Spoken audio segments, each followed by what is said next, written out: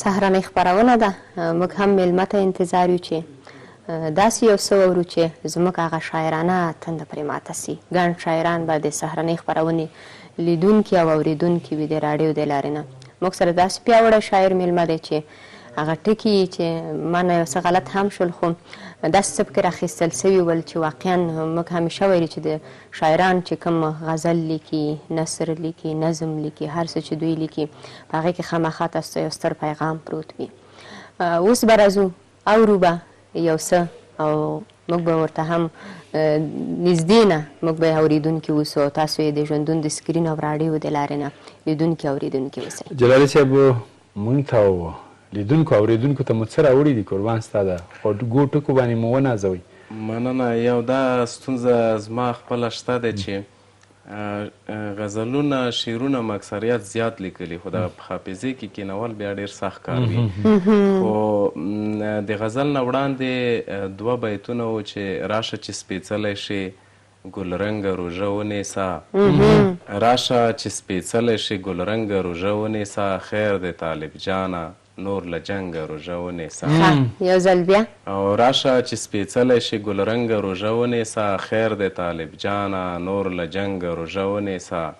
وکړه راته سوال چې مې ورور نه وژنې، ته هم خدای دپاره لږ ملنګه روژه ونیسه. غزل دی له دې جاهلې زمانې نه زما یره کیږي، له دې جاهلې زمانې نه زما ویره کیږي، زما یره کیږي، یره په ما کې د تیارې نه زما یره کیږي، او ځای د حسینو د بدرنګ هم ورته روږدي شوي، ځای د حسینو دی د حسینو د بدرنګ هم ورته روږدي شوي، را باندې پرې نوځي کعبې نه زما یره کیږي، او زما ذهني سکون به څنګه په آرامه اوسي، زما ذهني سکون به څنګه په آرامه اوسي، د پښتنو هرې کوڅې نه زما یره کیږي، زما ذهني سکون به څنګه په آرامه اوسي، د پښتنو هرې کوڅې نه زما یره کیږي، او د وخت ظالم تالا ترغه کړو معلومات یې نشته، د وخت ظالم تالا ترغه کړو معلومات یې نشته، خالي انګړ له دروازې نه زما یره کیږي، او زما ورور جانې ځکه خرڅ کړو چې له لوږې مرل، زما ورور جانې ځکه خرڅ کړو چې له لوږې مرل، ما چېرته خرڅ نه کړي ادې نه زما یره کیږي، زما ورور جانې ځکه خرڅ کړو چې له لوږې مرل، ما چېرته خرڅ نه کړي ادې نه زما یره کیږي، دې غنم رنګو مې نیکه راته جنت نه ایستی، دې غنم رنګو مې نیکه راته جنت نه ایستی، د آدمزاد له غم دانې نه زما یره کیږي، او جلالي دلته په ژوندۍ اړولې خاورې، جلالي دلته په ژوندۍ اړولې خاورې، زموږ د کلي هادرې نه زما یره کیږي. واه واه، د جلالي صاحب نړۍ مننه چې دوی هغه څه موږ ته واورول چې زموږ هغه شاعرانه تنده پرې ماته سوه. ما مخکې هم تاسو ته وویلې، زه راځم دا پوښتنه کومه چې جلالي صاحب که دا راته ووایي چې که وغواړي چې یو شاعر، یو لیکوال، هغوی چې شاعري کوي، غزل لیکي، نظم لیکي، که ستاسو په څېرې د غزل ټکي دغسې رنګین وي، دغسې ښکلي وي او داسې تر اسمانونو اوچت وي، څومره اړینه ده مطالعې ته او چې د شعر په برخه کې دوی مطالعه ولري تر څو دوی په خپل غزل کې، په خپل نظم کې نوښتونه راولي؟ مننه کور آباد. دا ستاسو د نظر حسن دی. زما شاعري لا تر اوسه ډېره کمزورې ده، خو د یو ادیب په صفت، د یو ادبیاتو یو محصل په صفت مې سپارښتنه دا دی چې د شعر لپاره د مطالعې ترڅنګ مشاهده هم وشي، او څوک دې وګرځي، د ټولنې منطقي سیمې دې وګوري. مثلا که یو زنداني په زندان کې وي، هر څومره مطالعه کوي، د ده شعر نه به هغه د زندان بوی راخیږي، د ده شعر کې به هغه د زندان خبرې موجودې وي، هغه د تورو دیوالونو کیسې به موجودې وي. که یو څوک چېرته وګرځي، دغه مشاهده هم د مطالعې په شان دی، نو هغه ښه او بد ګوري، ښکلاګانې ګوري، سیمې ګوري، نو کولی شي چې ښه شاعري وکړي. د دې ترڅنګ شاعر دا په کار دی چې د یو شاعر شعرونه مطالعه نه کړي، ځکه چې بیا د هغه شاعر تاثیر ورباندې غورځي. مختلف شعرونه دې مطالعه کړي او د دې ترڅنګ دې د شعر نه اخوا نوره مطالعه هم وکړي، پراخه مطالعه دې وکړي، یوازې دې په شعر پورې ځان نه محدود کوي. نو مطالعه خو ډېره اړینه ده. که چېرته یو څوک مطالعه ونه لري نو زما په آن باندې په شعر کې به هغه شان خوږلخ نه وي موجوده، د شعر هغه شان تشبیهات او هغه کوم کنایه ټکي یا استعاره هغو شیانو نه به دی نه وي خبره. چون داسې دی چې دغه شعر موږ داسې هم نشو ویلی چې نه یوازې په مطالعې باندې ولاړ دی. یو څوک چې ادیب نه وي نو هغه به شعر نشي لیکلی. داسې خلک شته دي چې هغه هېڅ ادبیات څه چې مکتب یې هم نه دی لوستلی لیکن ډېر ښه شعرونه لیکي. شعر یو داسې شی دی چې هغه په ډېرې مطالعې او په ډېر هغه پورې هم اړه نه لري، خو په کار دا دی چې شاعر سړی آګاه اوسیږي، پوهه اوسیږي، هر څه نه خبر اوسیږي. نو د خبرېدو یوازینی ذریعه چې کومه دی هغه مشاهده او مطالعه دی. نو مطالعه ډېره اړینه دی. ډېر ښه، ډېره مننه قربان. راځم یوه داسې پوښتنه کومه چې ته به هم ووایې، سهار به هم ووایې، اورېدونکي به هم ووایي چې دا رښتیا همداسې شوي دي. پخوا چې و زمونږ ګودر، زمونږ سیند، زمونږ کلی به ستایل کېده په شعرونو کې، پیزوان، ټکی، اوربل، مثلا ډېر یو څه و چې کلیوالي انځورونه به پکې وو. ولې کم شو؟ ستا په نظر باندې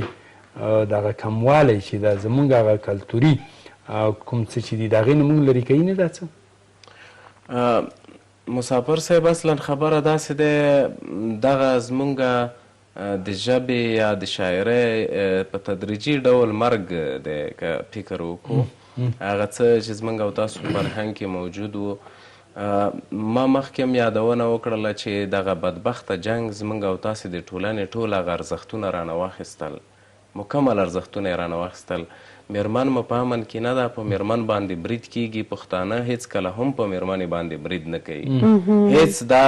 د پښتون شان او شوکت دا نه ایجابوي چې په یو میرمن باندې د برید وکړي. خو دغه جګړې بدبخته موږ نه ټول هغه ارزښتونه واخیستل. یوازې دا نه چې شاعري کې هغه فرهنګي سامانالات یا هغه کوم موجودات مثلا ګودر شو، پیزوان شو، ګونګروګان شو، دغه ټول یې رانه واخیستل. ډېر داسې شیان یې زموږ څخه واخیستل. د شاعر ذهن، فکر ټول یوازې په جنګ کې دی. شاعر حساس دی. شاعر یو داسې طبقه دی چې هغه حساسه طبقه دی. هغه د حالاتو نه ډېر متاثره کیږي. نو هغه چې چېرته خبر د چاودنې اوري، هغه چې خبر د چېرته د جنګ اوري، چېرته بدبختي ویني، نو حتما د ده په ذهن کې هغه ټولې بدبختۍ راګرځي. نو هغه لامل د دې کېږي چې د قلم څخه خارج کېږي. کاش زموږ او تاسې په ټولنه کې دغه بدبختي نه وای، شاعر دې ته ذهن جوړ وای چې دی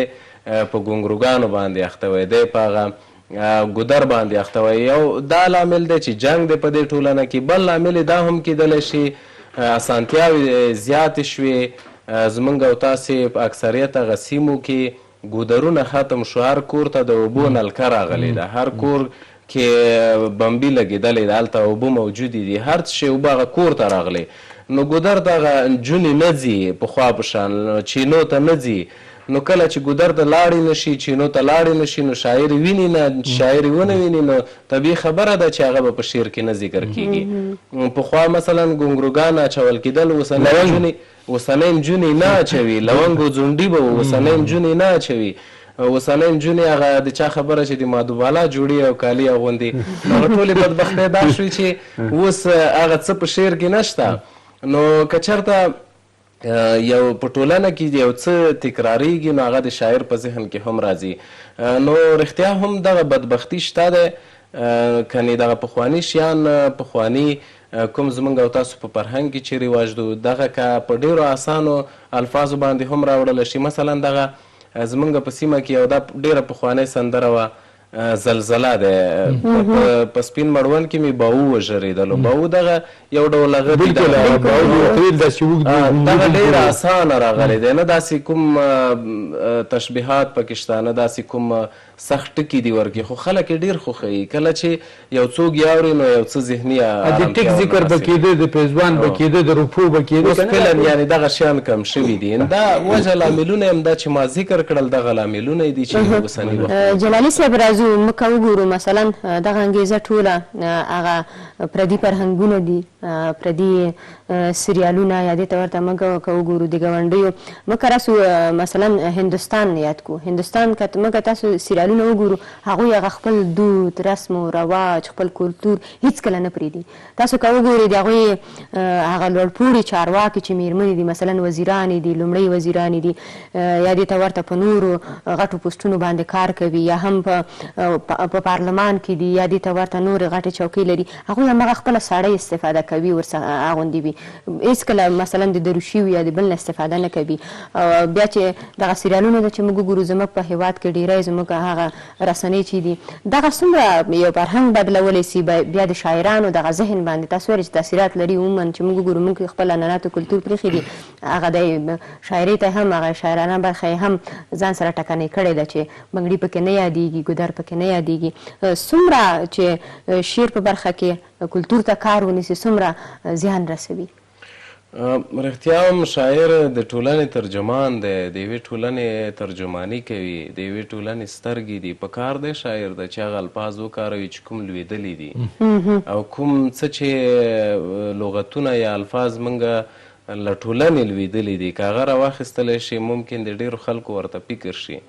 خو ما مخکې ویلې چې شاعر ډېر ځپل شوی دی په روحي لحاظ باندې ډېر ځپل شوی دی دلته بدبختي دی د هغې وجې ځپل شوی دی بل دا چې فردي مسؤلیتونه هم ډېر باید سړی فردي مسؤلیتونو ته متوجه شي مثلا که یو څوک دی هغه سریال ویني په سریال کې جوړه ویني نو په کار دی چې هغه استعمال نه کړي دا فکر وکړي چې دا زما له فرهنګ سره نه ښایي هغه څه چې زما له فرهنګ او کلتور سره ښایي باید زه هغه لباس استعمال کړم زه شخصا د ځان خبره درته کوم ما 4-5 کاله په دې کابل کې درس ویلی دی نو ما شخصا لا تر اوسه پورې دغه د خپل د پکتیاوالو هغه د چا خبره کالي وسکټ هغه خپل لباس مې نه دی پرېښودلی یو دا چې د مجبوریت په اساس مثلا سړی ورزش ته ځي یا نور شیان ته هغه کوم د ورزش بیل خپل سامان آلات وي یا هغه مې خپل استعمال کړي دي یا مثلا سیم ته سړی ځي کوم هغه یونیفورم چې وي یو د مجبوریت په اساس یو دا وي چې یو سړی هغه خپل فرهنګ یا خپل لباس پرېږدي نو زما فکر باندې دا به ښه خبره نه فردي مسؤلیت ډېر ډېر مهم دی مثلا زه وایم زه افغان یم او پښتون یم زما چې کوم لباس دی پلار او نیکه څخه چې کوم لباس تېر شوی دی باید زه هغه لباس ته کار وکړم زما لباس باید نور نړیوال وغوندي نور نړیوال په دې باندې فکر وکړي چې دغه لباس یو دروند لباس دی باید دغه زه واغوندم نو فردي مسؤلیت ډېر مهم دی باید چې هر یو سړی دغه مسؤلیت ادا کړي یوازې شاعر نه چې د شاعر که چېرته یوازې په شاعر باندې موږ او تاسو وغږېږو نو شاعر تر خپله وسه پورې کار کړی دی او شاعر رښتیا هم ملامت هم دی ځکه چې شاعر د ټولنې ترجمان دی خو دلته یو بدبختي دا ده چې جنګ دی شاعر هېڅکله هم دغه د جنګ نه نه وزګارېږي که چېرته سوله راشي جنګ نه وي بدبختي نه وي نو انشاءالله دغه ټول ټکي ډېره مننه څه در نور وخت بیخي شیبې نه دي تېرې لا ډېرې شیبې را سره شته څه در نور ښه مننه نو زه به غزل نه مخکې څو بیتونه وایم هغه بیتونه داسې و چې امکان شته له جنګه ستړې زمانه ده طالب جانه سوله شاتو نه خوږه ده امکان شته له جنګه ستړې زمانه ده طالب جانه سوله شاتو نه خوږه ده او هر ماښام د یو شهید مزار ته ځمه هر ماښام زما په لاس یوه ډیوه ده او چېرته بخیږي خپل حساب باندې باور مه کوه دا د 2 ورځو ده دنیا باندې باور مه کوه چېرته بخیږي خپل حساب باندې باور مه کوه دا د 2 ورځو ده دنیا باندې باور مه کوه هغه زموږ د کلي ډېرې پیغلې کونډې کړي زموږ د کلي ډېرې پیغلې کونډې کړي هغه د کوس کلي ملا باندې باور مه کوه او د ګلو پاڼې دا خوشبو به دې تر عمره نه وي د ګلو پاڼې دا خوشبو به دې تر عمره نه وي د ګلو پاڼې په ښکلا باندې باور مه کوه او زه د یوې جنۍ خندا باندې باور نه لرم زه د یوې جنۍ خندا باندې باور نه لرم ته هم د هیڅ جنۍ ژړا باندې باور مه کوه واه واه زه د یوې جنۍ خندا باندې باور نه لرم ته هم د هیڅ جنۍ ژړا باندې باور مه کوه او دا تا ته چا ویل چې له ځانه زیات مین یم په تا دا تا ته چا ویل چې له ځانه زیات مین یم په تا که دا رښتیا وي دې رښتیا باندې باور مه کوه دا تا ته چا ویل چې له ځانه زیات مین یم په تا که دا رښتیا وي دې رښتیا باندې باور مه کوه د هغې ډمې زه په درد هم پوهېدلی شمه د هغې ډمې زه په درد هم پوهېدلی شمه په نڅا مسته بل نڅا باندې باور مه کوه او جلالي مړ به دې کړي دا خواږه خواږه ملګري جلالي مړ به دې کړي دا خواږه خواږه ملګري دې زمانه کې په هیڅ چا باندې باور مه کوه بالکل هغه ټکي چې واقعیت دی یو بل نور څه اورو مظهر وخت نزي نور څه اورو جلانیس مننه له دې سوالونو نه بغیر څومره سوالونه لري د دې سوالونو نه بغیر څومره سوالونه لري ثواب ګناه نه علاوه نور کمالونه لري له دې سوالونو نه بغیر څومره سوالونه لري ثواب ګناه نه علاوه نور کمالونه لري مرګ او جنجال چې پکې نه وي دوکانداره یاره مرګ او جنجال چې پکې نه وي دوکانداره یاره زما په کار دي که څو دغسې فلمونه لري او چې نه قاتل شم نه د چا مور کړمه بوره وایه چې نه قاتل شم نه د چا مور کړمه بوره وایه ملا صاحبه دغه شانې جنتونه لري او خدایه د ستا بنده خو اوس هم د باروتو په اور خدایه د ستا بنده خو اوس هم د باروتو په اور په سوي تن به زما څنګه عذابونه لري او له دې سوالونو نه بغیر څومره سوالونه لري ثواب ګناه نه علاوه نور کمالونه لري واه واه قدرمنونکو هغه څه چې بالکل رښتیا دي خو مسافر صاحب زه په لنډو ټکو کې یوه کوچنۍ پوښتنه لرم چې وایي د دې نجلۍ په ژړا باندې باور مه کوه ولې د نجونو په ژړا باندې باور ونه کړي داسې نه چې د مکر ژړا وکړي اصلا داسې دی چې خیر شاعر دی هر څه وایي که نه ممکن له حالاتو متاثره شوی وي یا داسې شوي یا به داسې مسافر صاحب چې د نجونو دا ژړا ډېره ژر راځي نه بل دا چې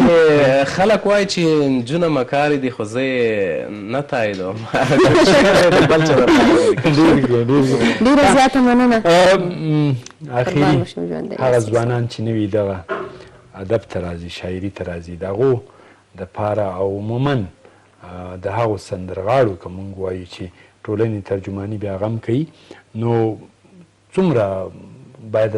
متوجه اوسیږي پیغام واورو مسافر صاحب ښه ډېر ښه هغه خبره چې ښه ټکي ته مې اشاره وکړله